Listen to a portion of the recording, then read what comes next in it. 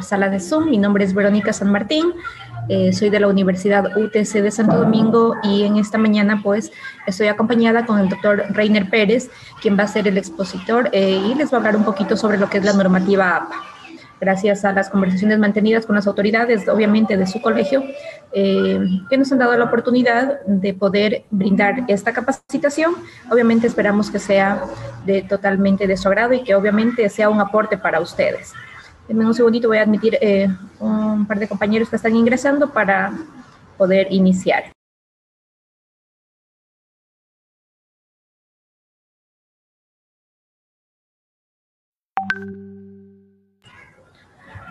Poquito. Está nublado. Listo, estamos 57 personas. Si me confirman que no haya ningún inconveniente para poder presentar al expositor en esta tarde, por favor.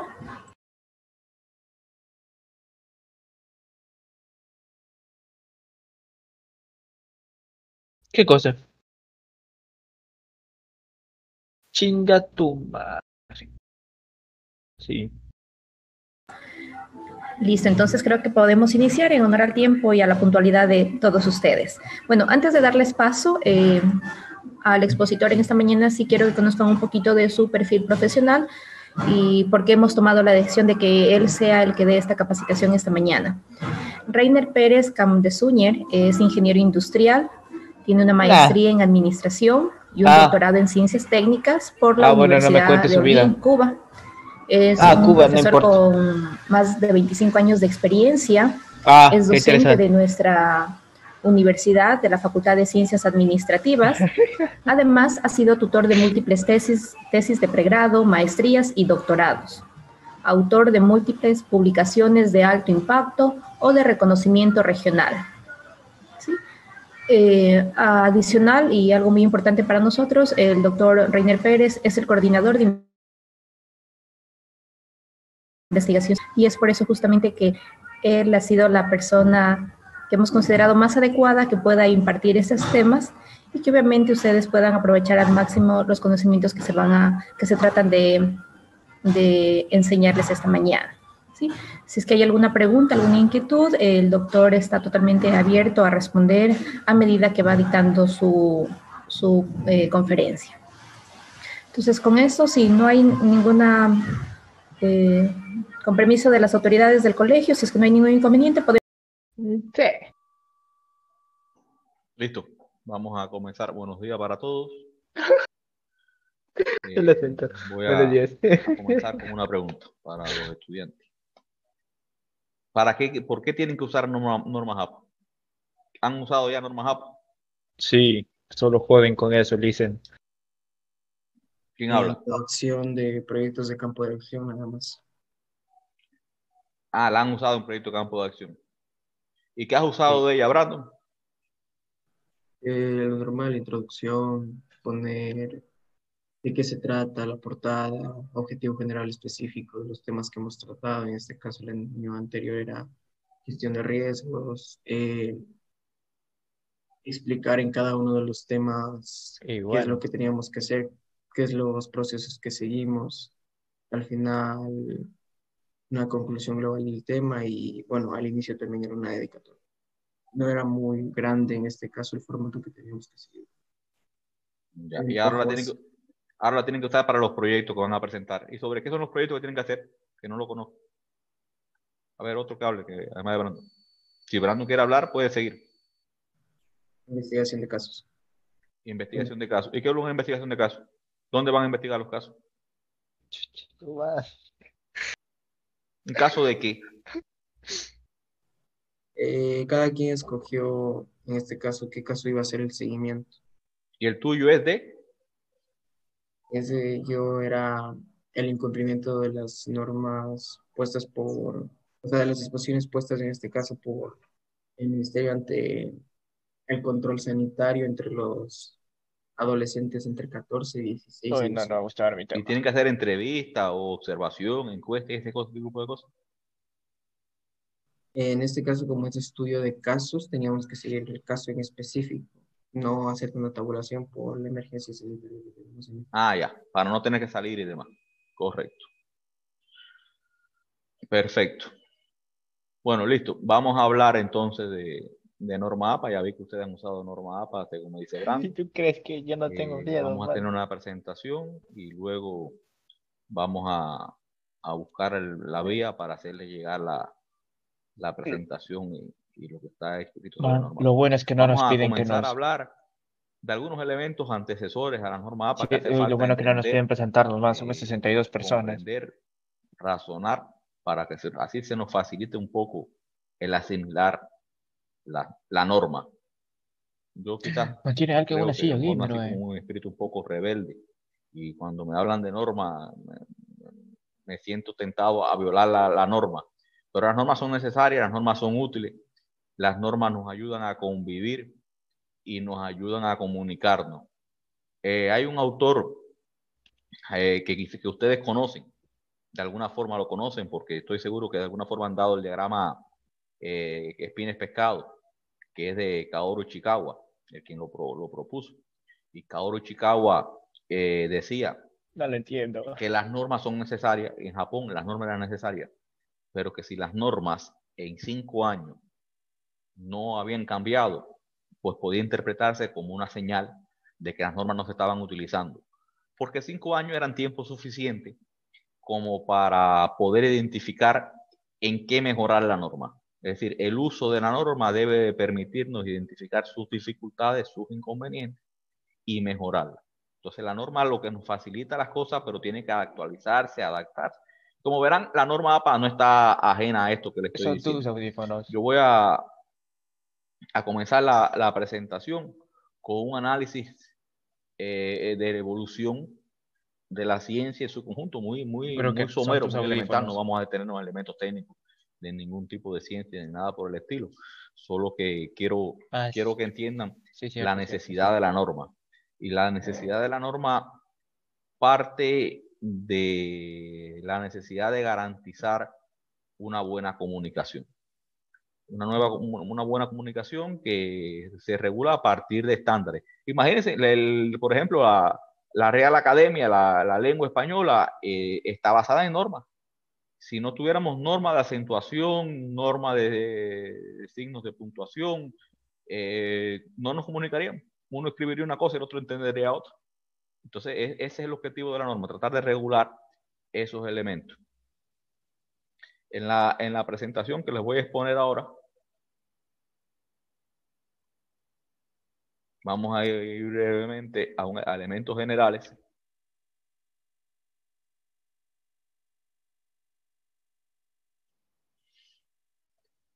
Que parten de analizar la evolución, el tránsito, la distribución del hombre por todo el globo terráqueo, que se dice, se asegura que hace 150.000 años salió de aquí y se fue distribuyendo 40.000, 35.000, y hace 1.500, 11.000 años que llegó acá.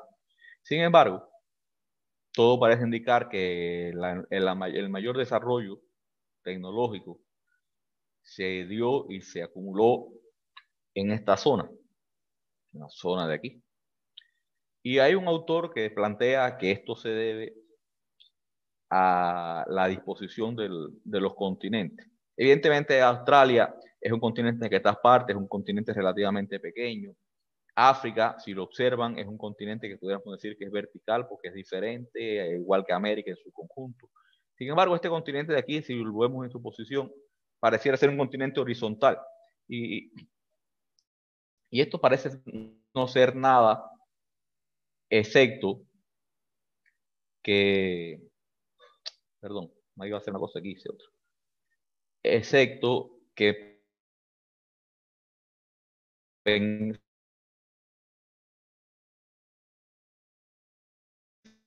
pensemos entre esta zona, esta zona, esta zona, esta zona, esta zona, esta zona.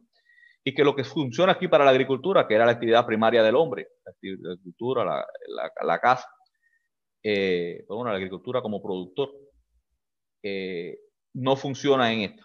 Y aquí pasa lo mismo. Sin embargo, esta zona de aquí, por tener condiciones relativamente similares, porque como sabemos no son exactamente las mismas. Aquí esto, por aquí hay desierto, por acá hay muchas cordilleras, pero sí funcionan similares las condiciones de temperatura, humedad, algunas otras. Permitía que lo que funcionaba aquí, funcionaba aquí, funcionaba aquí. Por tanto, lo que yo descubrí aquí lo podía extender acá y lo podía extender acá. Y entonces este conocimiento de aquí tenía mayor capacidad de aplicación. Y se dice, está comprobado, que además la práctica, nosotros lo sabemos por vivencias propias, con razón que la práctica del conocimiento permite que este crezca. Fíjense si crece, que aquí les tengo un resumen de una conferencia un poco mayor de cómo se fueron acumulando los hitos y el tiempo que transcurría entre un descubrimiento y otro a lo largo de la humanidad, partiendo de 4.500 a.C. hasta llegar a 1.500. Aquí hay 6.000 años, y en esos 6.000 años hay 36 hitos importantes de aportes de la humanidad, que pueden ser el descubrimiento de la rueda, por ejemplo, que hoy por hoy nos parece algo elemental, pero la rueda en su momento fue todo un aporte. Y si dividimos la cantidad de descubrimiento entre el tiempo esperado, nos da este coeficiente, y esta es la zona en que se desarrolló. En el año entre 1500 y 1900 aumentaron, a pesar de que hay una drástica reducción del número de años, hay un incremento del número de aportes, por tanto este coeficiente incrementa.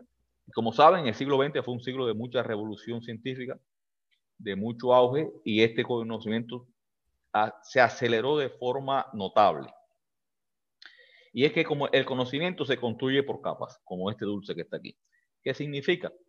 Que si conozco algo, ese algo lo puedo aplicar, lo puedo combinar, lo puedo extrapolar, lo puedo adaptar, y me va a permitir irlo introduciendo en nuevas condiciones. Por eso quizás hoy vemos como las ciencias se van imbricando, se van interconectando. Está la biotecnología, la biomecánica, pero está las ciencias informáticas aplicadas en múltiples campos, a la fotografía, a la criminología, a la aeronáutica, donde quiera. Entonces las ciencias se van combinando. Y mientras más conocimiento se tiene, más probable es de generar un nuevo conocimiento. Por tanto, lo ideal es que el conocimiento se pueda transmitir, se pueda utilizar y se pueda recepcionar de la misma forma. Ese conocimiento creció, por un lado, porque fuimos aprendiendo a dominar las fuentes de transmisión de energía. Convertimos la energía hidráulica en energía mecánica, la energía eólica en energía mecánica. Le aprendimos a generar corriente, ya fuera alterna o directa. La corriente directa es una corriente potente, la utilizamos en los vehículos, sin embargo, para la transmisión a larga distancia no era fructífera, y la alterna sí. Ya es. Logramos mejorar la forma de transportarnos. Primero usábamos los animales, creamos las ruedas, creamos los remos, los barcos de vela. El barco de vela, el único problema era que cuando se acababa el aire se nos quedaba detenido el barco. Aprendimos a transformar la energía química de la sustancia en energía calórica, y ahí en vapor, y de ahí en movimiento, en energía mecánica. Y eso lo aplicamos a las locomotoras, lo aplicamos a la industria, lo aplicamos a los barcos. Aprendimos a hacer los motores de combustión interna, los dirigibles, los aeroplanos, y andábamos por el espacio. Es decir, hemos ido evolucionando de forma acelerada, y todo esto, tanto el transporte como la energía, nos ha permitido evolucionar también en la forma de comunicación del conocimiento. Primero aprendimos a escribir en distintos lenguajes, en distintas formas. Surgió el alfabeto griego, que es uno de los que más parecidos al nuestro, y más de mayor antigüedad.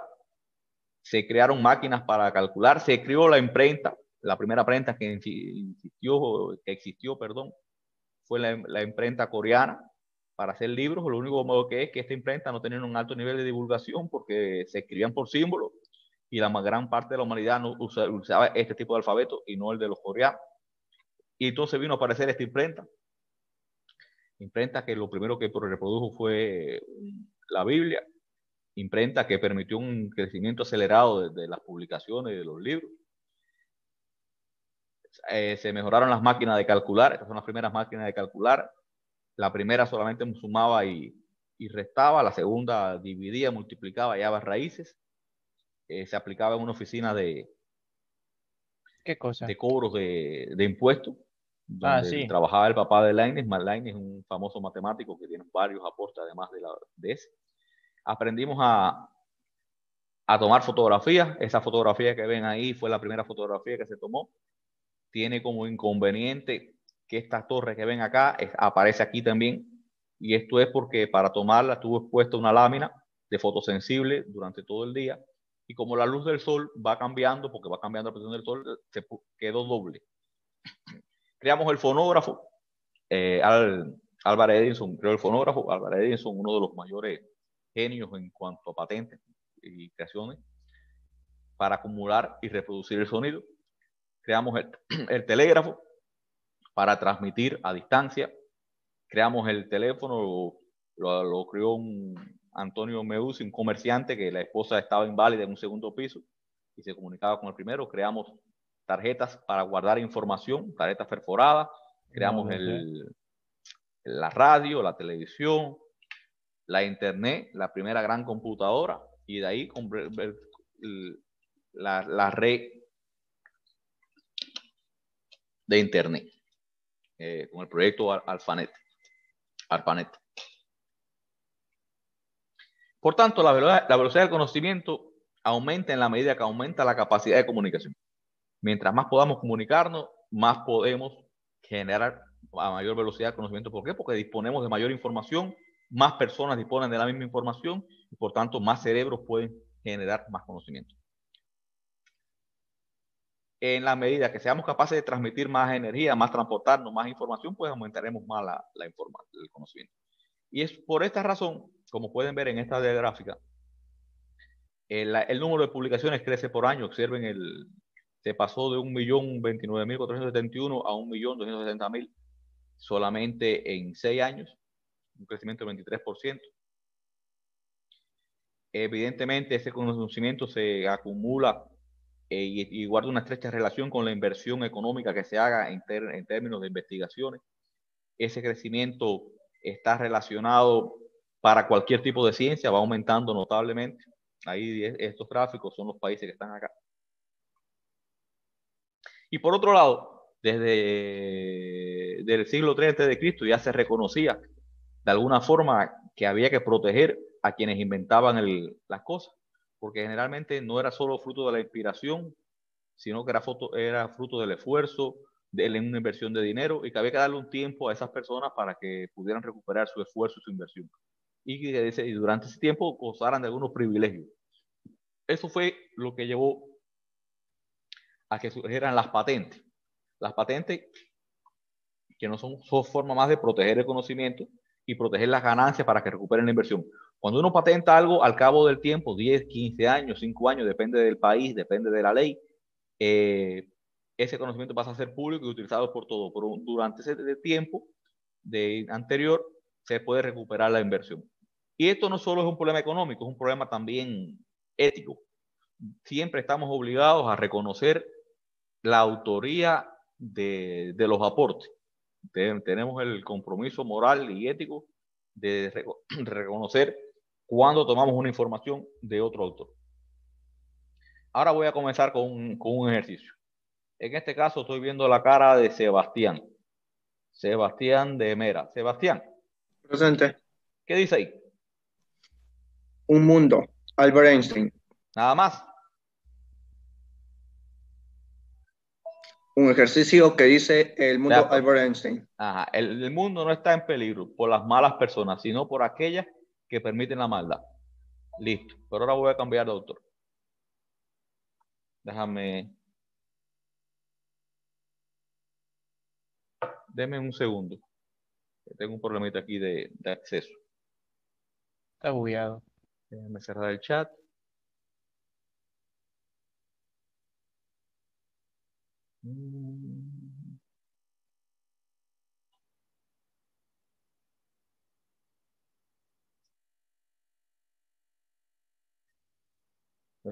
Parece ser que Berito se salió de eso, ahora está pidiendo entrar, pero no me sale.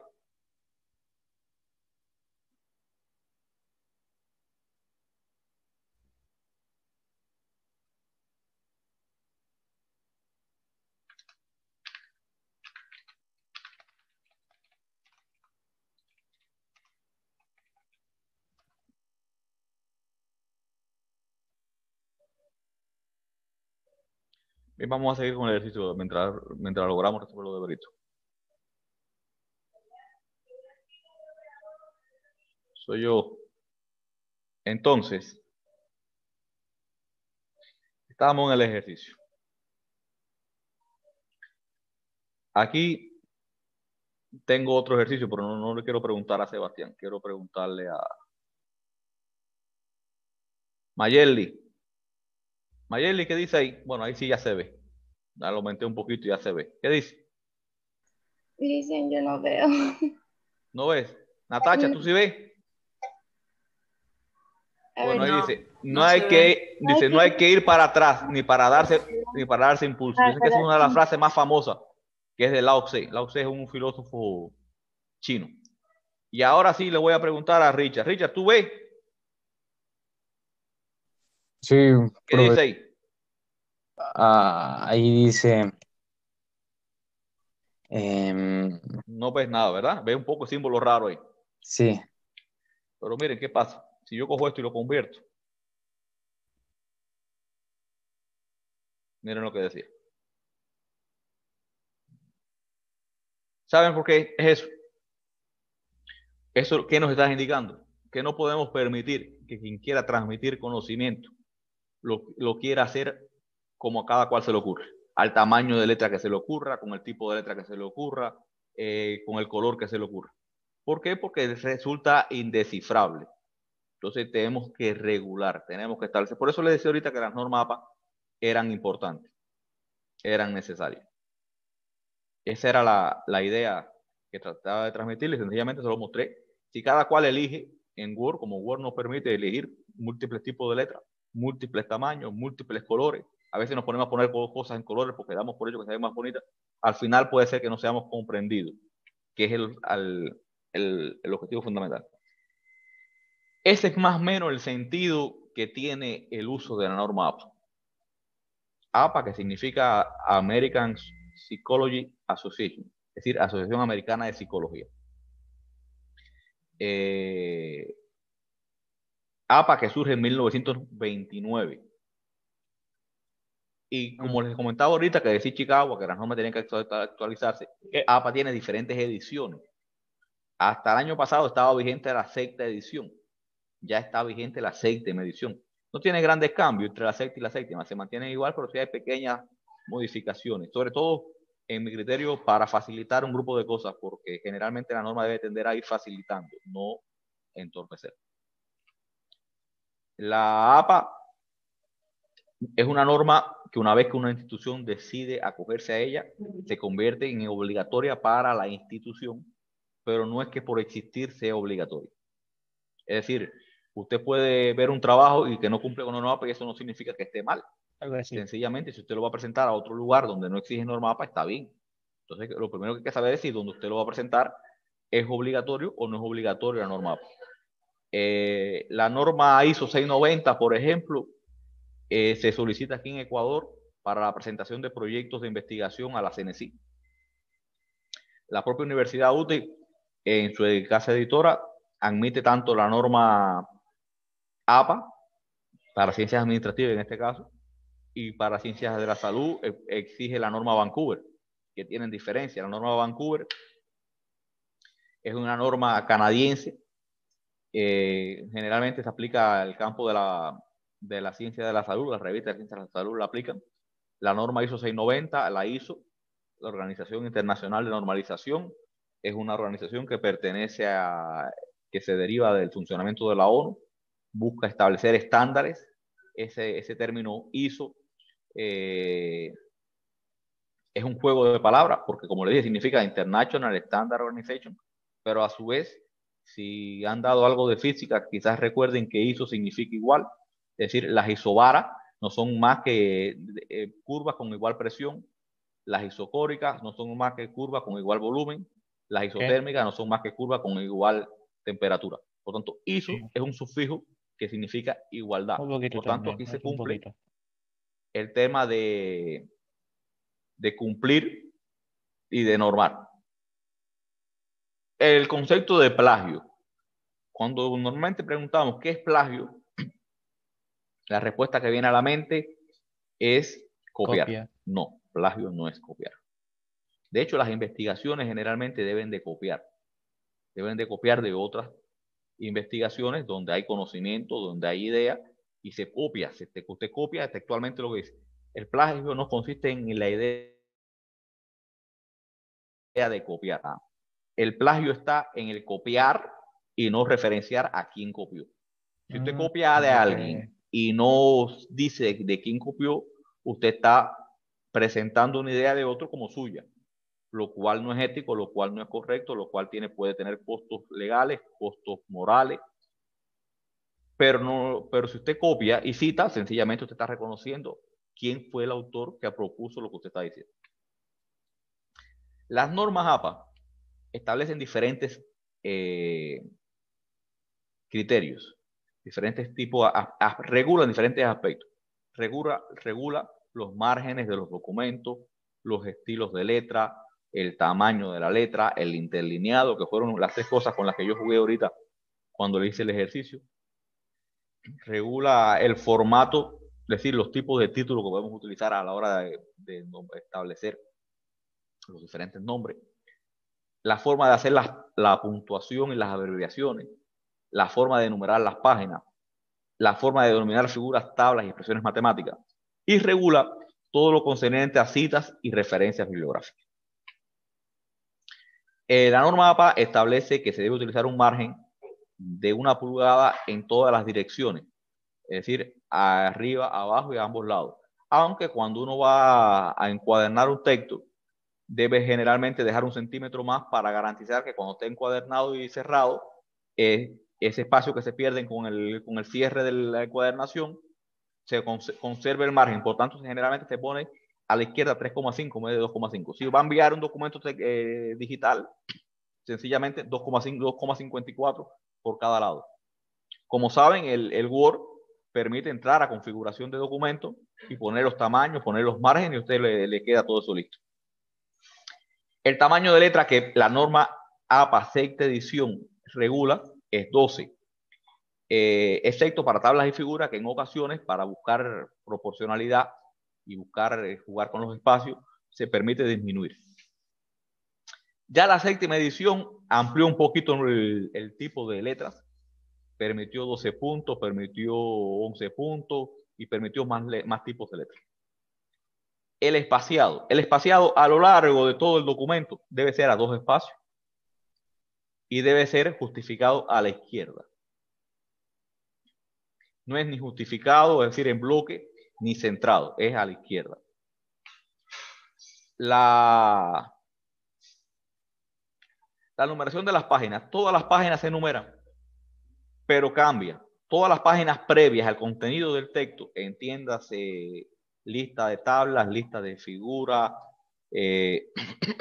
entre la autoría, la portada, se deben de enumerar con números romanos.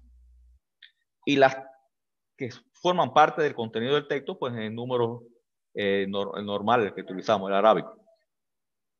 Se establecen 5 tipos de niveles de título. Está el título del capítulo, que es este que está aquí. El título del epígrafe, que es este que está aquí. El título de los epígrafes, que son estos. Y los títulos de los párrafos. Como ven, si el título es del capítulo, se escribe en centrado, se escribe en negrita, en mayúscula y minúscula. No, sin punto final. Los títulos no llevan punto final.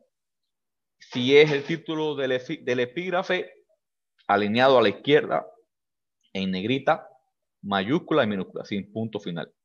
Los títulos de los epígrafes sí llevan punto final, y los siguientes también. Aquí tienen representados los distintos tipos de niveles. Nivel 1 es el título, el nivel 2 el subepígrafe, el epígrafe, el nivel 3 el subepígrafe dentro de este, y ya estos que están aquí son los párrafos. Cuando vamos a hacer una figura, hay 2 elementos. Por un lado,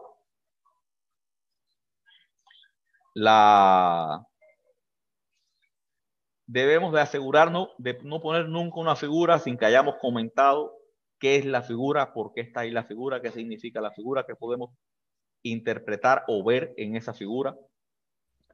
Y por otro lado, debemos de garantizar que debajo de la figura, diga figura, esté un número consecutivo, figura 1, figura 2, figura 3. En ocasiones, cuando son por capítulos, se cambia y se pone figura 1, 1, si pertenece al capítulo 1, 2, 1, si pertenece al capítulo 2. Y además esté la fuente. La fuente significa que usted debe de señalar de quién usted tomó esa figura. Usted debe poner los apellidos y el año de donde usted tomó la figura. En ocasiones, por ahí, algunas instituciones establecen que aquí diga, si es suya, que ponga elaboración propia. Esto la norma APA no lo dice. La norma APA lo que exige es que indique de dónde procede. Si procede de usted, no lo tiene que poner porque usted dijo arriba que el autor de todo el trabajo era usted. Por tanto, usted nada más tiene que indicar cuando una parte no es suya. Si es suya, ya usted lo indicó. En el caso de las tablas, las tablas llevan un número, llevan un título y las divisiones nada más se usan 3 rayas. La raya de inicial de la tabla, la raya debajo de los títulos de las columnas de las tablas y la última raya. Las rayas verticales no se usan. Las expresiones matemáticas se deben de exponer, se comentan en el cuerpo del trabajo, no se ponen sin comentar. Se enumeran de forma consecutiva. Este número se le pone de forma consecutiva, siempre separado al final, al borde de la página. Y se indica la fuente donde usted tomó la referencia. Algunas recomendaciones sobre cómo escribir. No utilizar adjetivos grandilocuentes, adjetivos que realmente no aportan, como súper, profundo, extenso. Eso no aportan a la investigación. No redactar en primera persona. Dice lo mismo si dice hemos investigado, si se ha investigado. Lo que ocurre es que la ciencia tiene que tratar de mostrar un carácter objetivo. Y cuando usted dice hemos, usted está diciendo que es de usted, que es personal, que esa verdad depende de usted y realmente no se recomienda. Debe redactarse de forma impersonal. Las citas siempre se escriben en pasado porque usted está citando a alguien que algo en algún momento atrás dijo, por tanto ya fue pasado. Y no se le deben atribuir conductas humanas a objetos o animadas a objetos inanimados. La tabla muestra, en la tabla se muestra, el que mostró fue usted. El que está presentando la información es usted, no la tabla. La tabla, usted puede observar en la tabla, o en la tabla se muestra. Aquí algunos consejos de cómo usar la mayúscula. Recordar que la mayúscula, por ejemplo, también lleva tilde. Aunque esté en mayúscula, siempre lleva tilde. Siempre que proceda, ¿no? Si no, no tiene por qué llevarla. Recordar que los textos deben de escribirse de forma fluida, de forma concatenada, coordinando las ideas, derivando las ideas entre los párrafos, coordinándolas, usando conectores, tratando de no repetir siempre el mismo conector para que se vea mejor. Recordar que no se deben abusar de los signos de puntuación, que se deben verificar bien el uso de los tiempos verbales, que los puntos suspensivos solamente se utilizan 3 puntos suspensivos, que las comas se pueden utilizar para enumerar, que las comillas son para citas textuales, que la cursiva se utiliza para marcar términos técnicos o palabras provenientes del latín, que los números del 1 al 10 siempre se escriben en letras y posteriores al 10 se escriben en números, que el millar, que la décima se indica con punto, el millar con coma y el millón con apóstrofo. Y por último, las citas. Las citas no es más que cuando vamos a retomar, vamos a hacer referencia a algo que alguien dijo. O que algunos autores dijeron, porque pueden ser más de un autor. Entonces hay dos conceptos. Uno es el de cita y otro es el de referencia. La cita es lo que usted va a utilizar del otro autor. Y la referencia son los datos de la bibliografía donde el autor que usted citó lo dijo. ¿Para qué? Para poder consultar, profundizar en lo que el autor dijo, cualquier persona que lo lea a ustedes. La norma APA usa como forma de cita, como forma de reconocer la autoría de donde usted tomó la información, el sistema autor-año y fundamentalmente apellido-año. Ahora, hay dos formas de citar en norma APA. Está la cita directa y están las citas indirectas o parafrases. La cita directa es la cita textual. La cita indirecta o parafrasis es cuando hacemos alusión a ideas transmitidas por otros autores, pero lo vamos a hacer utilizando nuestras palabras y no las de ellos. Las citas indirectas van a cambiar, van a adoptar diferentes formas de citar en función de cómo usted redacte. Existen diferentes estilos de redacción que se pueden combinar a lo largo del texto en función de cómo se quieran decir las cosas. En este caso, por ejemplo, se dice, Torres encontró que, como ven, yo no leí en 1995, recordemos que este 1995 es aclaratorio, es un dato adicional, pero no forma parte explícita de la oración, aunque esté ahí. Yo puedo leerlo sin mencionarlo. Esa es una forma. La otra forma es cuando obvio ambos datos como parte de la oración, pero lo soy porque estoy reconociendo la autoría. Y entonces, en este caso, tanto el apellido como el año va entre paréntesis, se separa el apellido del año por coma para un autor. O puede ser este que es menos utilizado, porque también es permitido, donde ambos datos son partes de la oración. Eso depende de la forma en que usted quiera redactar. Ahora, en ocasiones, generalmente, por no decir en ocasiones, la mayoría de los trabajos tienen dos o más autores. En este caso, va a depender, podemos usar los tres estilos que le acabo de mencionar, y los apellidos de los autores los voy a unir con i en la oración y con ampersand dentro de la bibliografía, de esta forma. Ahí tienen los tres ejemplos. El i fuera, aquí está.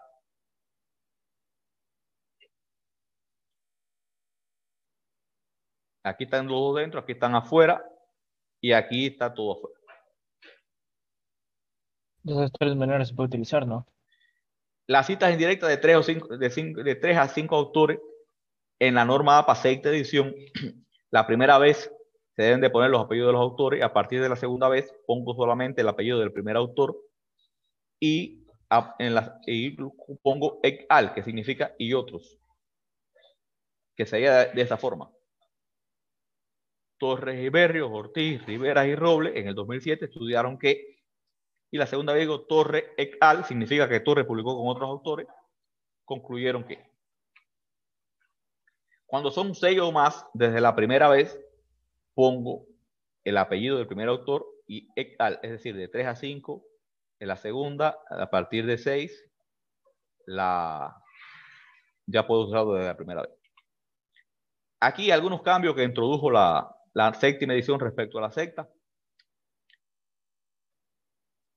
Desde ya la norma de la sexta edición permite, la séptima edición permite desde la primera vez que aparecen más de 3 autores poner et al. Cuando el autor no es un autor, no una persona, sino es una institución, o sea, el nombre de la institución porque es un colectivo de autores muy extenso o porque la institución quiere que sea reconocida ella y no los autores independientes, entonces debemos de poner el nombre completo de la institución la primera vez y si tiene sigla, a partir de la segunda podemos utilizarla. Sería así. Menciono primero toda la institución y luego las siglas.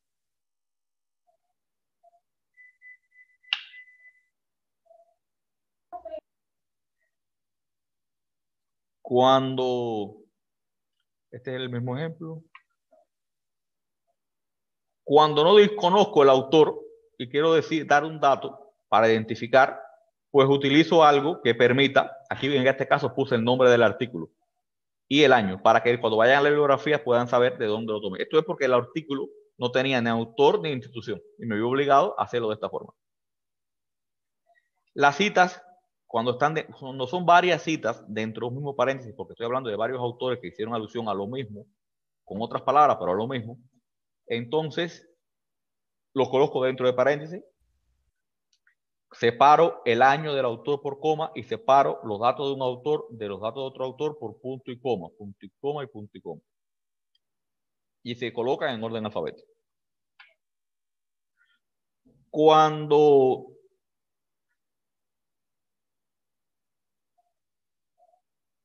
Cuando tengo más de un trabajo de un mismo autor, pues sencillamente pongo el autor, que en este caso es institucional, es el departamento de veterinaria, y pongo los años de los trabajos. Es un trabajo del 2001 y un trabajo del 2003.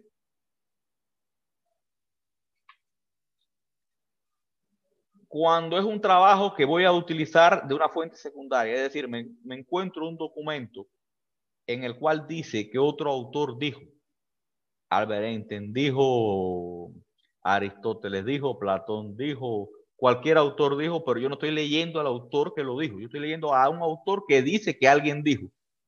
Entonces lo primero que debo hacer es tratar de localizar la fuente original, ver si puedo encontrar el lugar donde está dicho realmente.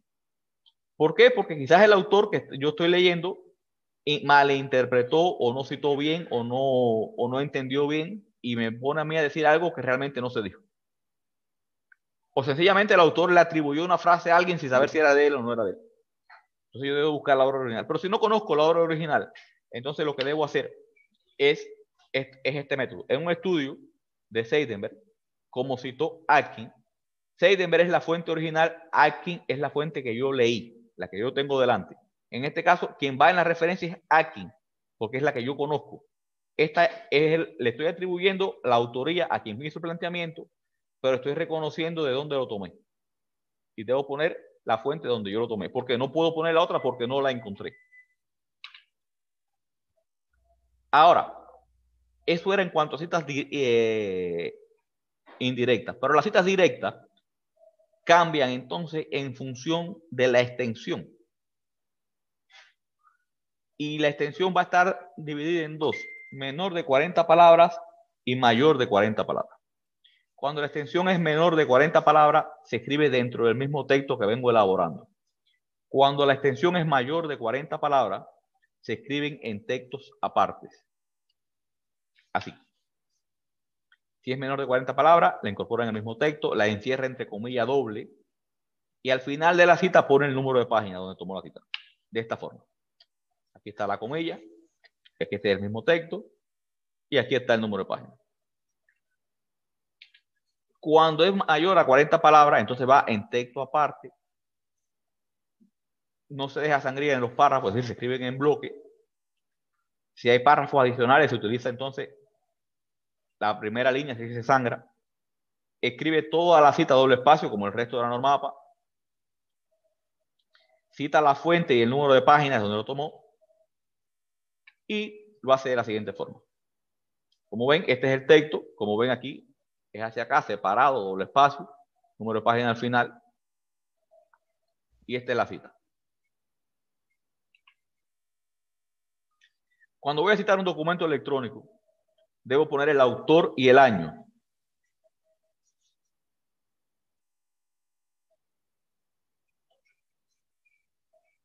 Debo indicar el número de página de donde tomo el documento. Y si no puedo, porque no tiene número de página, pues entonces indico la sección o la parte donde lo tomo. Ahí tienen el ejemplo. Sí. Y eso es en cuanto a cita. Ahora, cada vez que yo genero una cita, tengo la obligación de generar una referencia. La referencia no es más que el dato completo de la bibliografía de donde yo tomé la cita. Normalmente lo correcto es que yo tenga que todo lo que esté citado esté referenciado. Y todo lo que esté referenciado esté citado. Es decir, no es que yo haga un trabajo, luego ponga 24 referencias bibliográficas cualquiera. Si yo tengo 24 referencias bibliográficas es porque dentro del cuerpo de trabajo todas están citadas. Para garantizar que realmente yo use esas referencias. Puede ocurrir que en algún momento uno use una bibliografía y no tome una cita de ella, eso ocurrir, pero puede ser una o dos, no la mayoría. El listado de referencias siempre va al final, antes de los apéndices, antes de los anexos, pero va al final. Lleve el título de referencia en lugar de bibliografía, no se llama bibliografía, se llama referencia. Se organiza alfabéticamente, se escribe a doble espacio y usando sangría francesa. Se separan los nombres de los autores por coma. Y si existen varios autores, se utiliza el símbolo que ven aquí. También. Se escriben los apellidos y el nombre nada más se pone la letra inicial y punto. Cuando son más de 8 autores, incluye los primeros 6 autores. Se incluye siempre entre paréntesis la fecha de la publicación. Si no aparece el nombre del autor, debe poner el nombre del editor o el nombre del libro. Si no aparece la fecha, debe poner entre paréntesis SF, que significa sin fecha.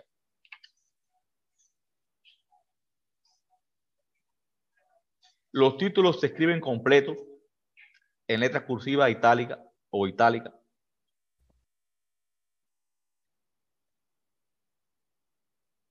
Los títulos de los libros se escriben nada más que el nombre de la primera letra mayúscula. Si es el nombre de la revista, si llevan todas las letras. Sería de la siguiente forma.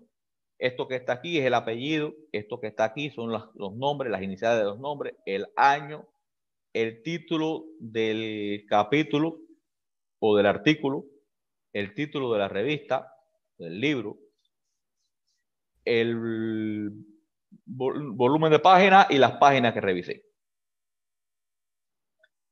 Cuando son páginas por ejemplar, es decir, artículos de revistas científicas que tienen, por cada volumen, tienen varios números, es decir, tengo volumen 15, número 1, volumen 15, número 2, volumen 15, número 3, pues identifico el volumen y el número. Cuando son más de 7 autores, se pone de esta forma, se ponen los 6 primeros puntos suspensivos y luego el resto de los datos. Cuando son libros completos, es decir, no es un capítulo el que revisé, sino el libro completo, pongo el título del libro y el lugar de la publicación. Cuando el libro tiene un editor, pues pongo entonces el nombre del editor. Aquí está.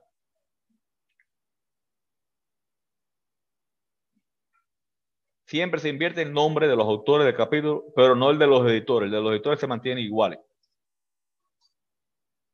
Cuando el autor es una institución, pongo el nombre de la institución en vez del nombre del autor y pongo el año igual. Y aquí sí se usa completo el nombre de la institución. Cuando son ediciones específicas como la segunda edición o una edición revisada, pues especifico ese dato.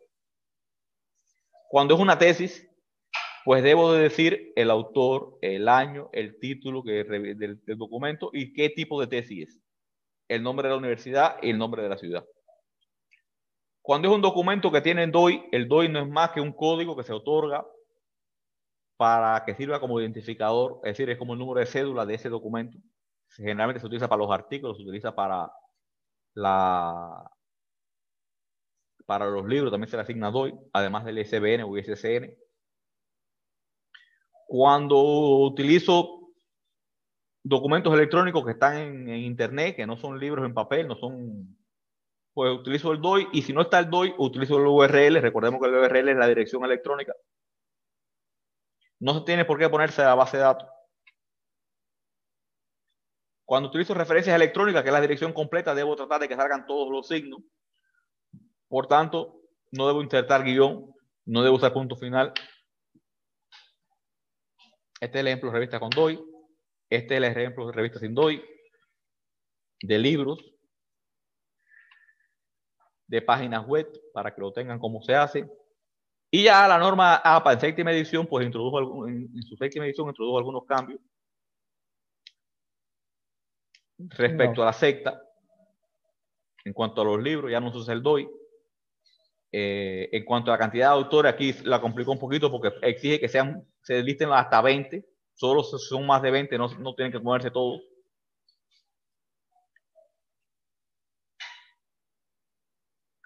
Se elimina decir la ubicación geográfica, porque muchas veces cuando usted dice Quito, Ecuador, ya se sabe que es en Ecuador. Cuando usted dice La Habana, Cuba, ya se sabe que es en Cuba. Por tanto, se eliminó esa parte. Se elimina la fecha de recuperación. Y como pueden ver, y ya han llegado a la conclusión, viendo todo esto, resulta difícil, engorroso, pesado, poder grabar todo eso en memoria, se torna difícil. En este caso, eso ha dado lugar a múltiples memes. Yo puse aquí sencillamente 2, pero hay muchos más sobre normas APA y sobre normas. Pero específicamente para como solución intermedia, yo le propongo utilizar un gestor bibliográfico. El gestor bibliográfico que ustedes pueden elegir a su antojo. Tienen como ventaja que el Zotero y el Mendeley están libres en internet. Ustedes lo pueden buscar e instalar en su computadora sin costo alguno.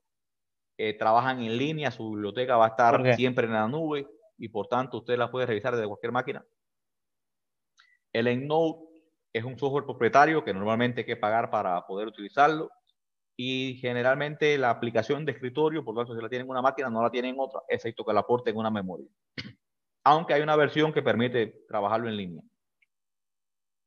Si usted decide instalar el Zotero, usted va a esta dirección, baja, se crea una cuenta, primer paso, luego baja la instalación del Zotero y baja esta aplicación. Este icono que está aquí va a cambiar en función del navegador que usted utilice. Si usted utiliza el Mozilla, le sale a este. Si usa el Chrome, le va a salir el Chrome. Y así él le va a poner el que usted utilice. Eso le va a permitir una ventaja que van a... Y bueno, un boomer, no tan boomer. Perdón. Este es mi escritorio. Este es el icono que usted tendrá instalado en su máquina cuando instale el Zotero. Esto no sé por qué está aquí. No sé por qué salió esto. Vamos a ver el uso del Zotero. Déjame tratar de mostrárselo a ver si tengo suerte mejor que la vez pasada. Esto que les voy a mostrar ahora es el Zotero instalado. Esta es mi biblioteca. Estos son los libros. Yo en estos momentos estoy trabajando en unos artículos sobre PYME y lo estoy bajando de base de datos de Scopus. Estas son las 2 carpetas que yo me creé. Si usted quiere crear una carpeta aquí, le da crear una carpeta y hace su propia biblioteca. Si quiere crear un documento, quiere adicionar un artículo, un libro que encontró, le dice, bueno, voy a entrar en un libro, voy a encontrar un artículo. Le sale aquí esto. Usted llena los datos, pone el nombre del autor, pone el volumen, el número de página, la fecha, el DOI si lo tiene, el nombre de la revista, y ya él le va a quedar registrado. Si usted instala su aplicación en un documento en Word, instala la extensión de Word, cuando tenga el Word instalado, el Zotero instalado en el Word, perdón, le va a salir una pestaña adicional. Aquí está, Zotero. Esta es EndNote, pero esta no lo estamos utilizando, el Zotero. Él le va a adicionar esta pestaña y con esta pestaña usted va redactando la idea que usted quiere redactar y cuando usted quiera citar, sencillamente aprieta aquí la citación. Este cuadro ya sé que no le sale y le va a salir una ventana como esta que le voy a mostrar ahora. El problema es que el Zoom no muestra la ventana que sale en ese momento. Le sale este cuadrito. Aquí. Aquí usted da doble clic y le va a permitir, si usted escribe aquí adentro el apellido del autor, le va a salir. Usted le da doble clic y ya automáticamente se lo va a insertar aquí. Si por el contrario usted quiere buscarlo, le da doble clic y él lo va a llevar a la ventana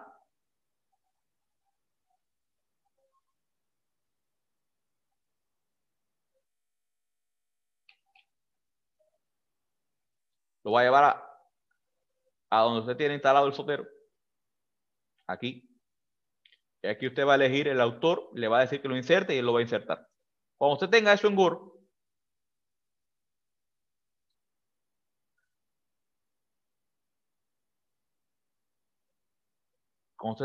Word, le va a dar que la adicione a la bibliografía y automáticamente le va a poner todos los datos que ya usted guardó. Y le va a ir acumulando todas las bibliografías que usted cite. Por tanto, le va a ahorrar a usted el trabajo de tener que aprender de memoria todo el conjunto de citas y reglas que existen. Quedan hechos.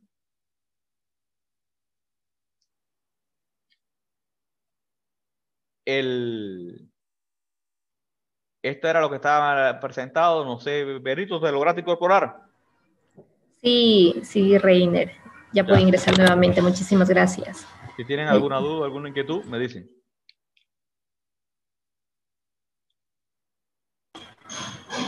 Señores estudiantes, tal vez alguna pregunta, alguna inquietud por su parte sobre lo expuesto por el doctor Reiner. Tal vez algo que aclarar para poder aprovechar en este momento. Le vamos a hacer llegar la presentación y un documento en PDF que tiene las principales normas de la norma. ¿Ya? Una pregunta. Correcto. Digamos, yo voy a poner una imagen que es de mi autoría y la imagen contiene los rostros de otras personas. Tendría que coger y, en este caso, hacer que los rostros no se vean. A ver, si vas a poner una imagen que contiene los rostros de otra persona y no se van a ver, yo te recomiendo que edites la imagen y quites los rostros, porque una imagen que no se ve una parte ya pierde calidad. Pues entonces solamente, digamos, le pondría algo como cubriendo los rostros espacio, porque no sé, también creo que las imágenes tienen, o sea, niños menores de edad, más o menos. Por eso preguntaba. No entendí, Brandon. Que para que no se vea la cara de los niños. Exacto. Siempre, a ver, es que hay dos cosas diferentes. Una cosa es proteger al autor de la imagen, es decir, la cara del niño, para que no sea visible, eso lo hemos visto en televisión. Y otra cosa es proteger el derecho de autor de la fotografía, que también existe. No todas las imágenes que están en internet podemos utilizarlas arbitrariamente. Hay imágenes que no tienen derecho de autor, pero otras que sí tienen derecho de autor y tenemos que respetarlas. Cuando la imagen tiene derecho de autor, debemos de reconocer el derecho, la fuente esa de ese derecho de autor. Si la imagen es libre, podemos utilizarla. Si tú lo que quieres es proteger ese tipo de cosas, también se puede hacer. Ya, eso no me sé. Ya. ¿Algún otro inquietud, por favor? Chicos, ya no tengo nada que preguntar. ¿No hay otra inquietud? Bueno, quiero aclararles un poco a mis chicos la importancia de llevar el orden mientras nosotros hacemos una consulta. Muchas veces a ustedes les ha pasado que consultan un documento en internet y luego se olvidan de dónde estaba o cómo consultaron. Sí. Entonces, la importancia de lo que está diciendo el profe Reiner es que ustedes tienen que aprender a que documento que leen, documento que consultan, lo almacenan para poder citarlo, o si parafrasean o luego construyen su texto. La manera para hacer esto, bueno, yo les enseño en Word, porque yo, la verdad, profesor, no he utilizado los gestores hace mucho tiempo. En Word, ustedes tienen su lista y yo les enseño en Word que deben ir añadiendo la bibliografía. Ahora, estos gestores hacen que ustedes vayan a cualquier computadora y en cualquier computadora puedan trabajar, seguir trabajando su texto y tienen su bibliografía. Para eso sirven los gestores, ¿ok? Profe, yo estaba ahorita tratando de instalar, ya me descargué el Mendeley, que me pareció mucho más completo que el Zero, pero no puedo ponerle en el Word. ¿Me puede enseñar, por favor? Profe, yo tenía antes el Mendeley también. Yo pienso igual que usted, me gusta más el Mendeley. Lo que ocurre es que, como lo quería tener todo, y veo que tengo el Zotero y el EndNote, pero ya me eran incompatibles. Entonces estuve buscando que mayor cantidad de personas lo tuvieran, instalé el Zotero. Déjeme, profe, antes de entrar a esa duda específica, enseñarles algo a este grupo que lo enseñé la vez pasada y ahora lo olvidé, que respecto a lo que usted comentó, que era la opción. Les comenté que cuando bajamos le debemos de poner, déjenme ir a un navegador.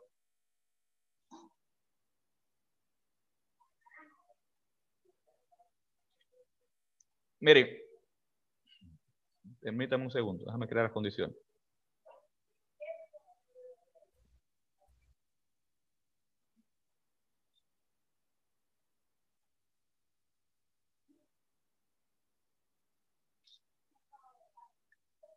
¿Están viendo la pantalla de internet en este momento ustedes? Sí. A ver, miren, cuando ustedes instalan el Zotero y bajan la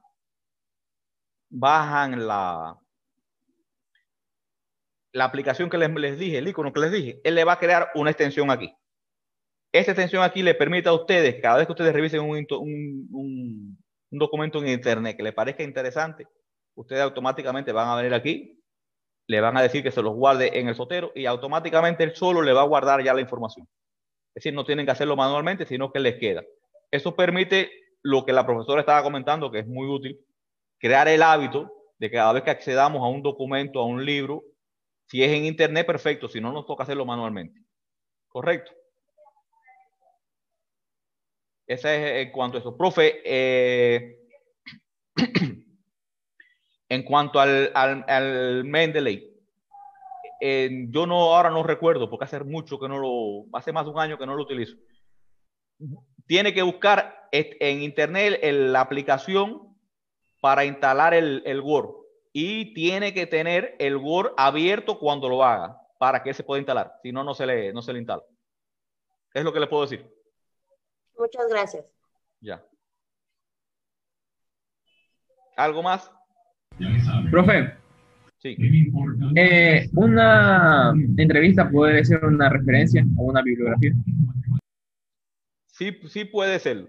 Sí puede serlo, como puede ser. De hecho, por ejemplo, el EndNote, no recuerdo el Zotero, porque ese tipo de cosas yo no lo hago, pero sí sé que el EndNote trae para poner como referencia una entrevista, una declaración de prensa de televisión. Tú estás viendo una noticia y ves a alguien que dijo algo importante, te pareció, lo pones como cita.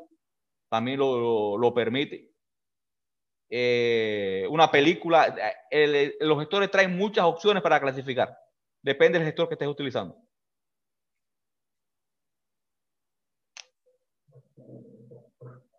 ¿Alguna otra pregunta?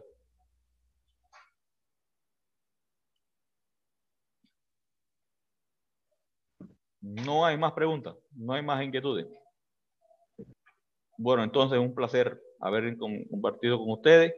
Berito se va a encargar de hacerles llegar ambos documentos para que les sirvan de referencia.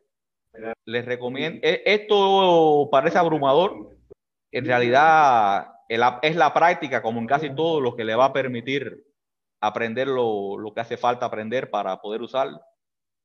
Dudo que haya alguien que se sepa toda la norma. En la medida que usen más, van incorporando más elementos. Y bueno, los gestores les pueden facilitar un poco el trabajo. Listo, doctor Reiner, muchísimas gracias. Estimados estudiantes, estimadas autoridades, profesores de la unidad educativa, por nuestra parte, si no hay ninguna otra inquietud, nosotros haremos llegar el material preparado por el doctor para que ustedes puedan revisarlo y puedan también tomarlo como referencia en sus actividades. Y al momento que ustedes ingresaron, pues nos facilitaron sus correos, los podemos hacer llegar por ese medio o directamente con el señor vicerrector, que es con la persona que también hemos estado en contacto durante estos días para desarrollar la actividad. Por nuestra parte, agradecerles mucho, que tengan una excelente tarde y asimismo que su trabajo de investigación salga de la mejor manera. Muchísimas gracias a todos.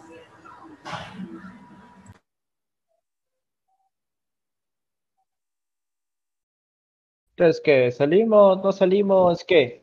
Hasta luego para todos. Muchas gracias. Gracias, hasta luego.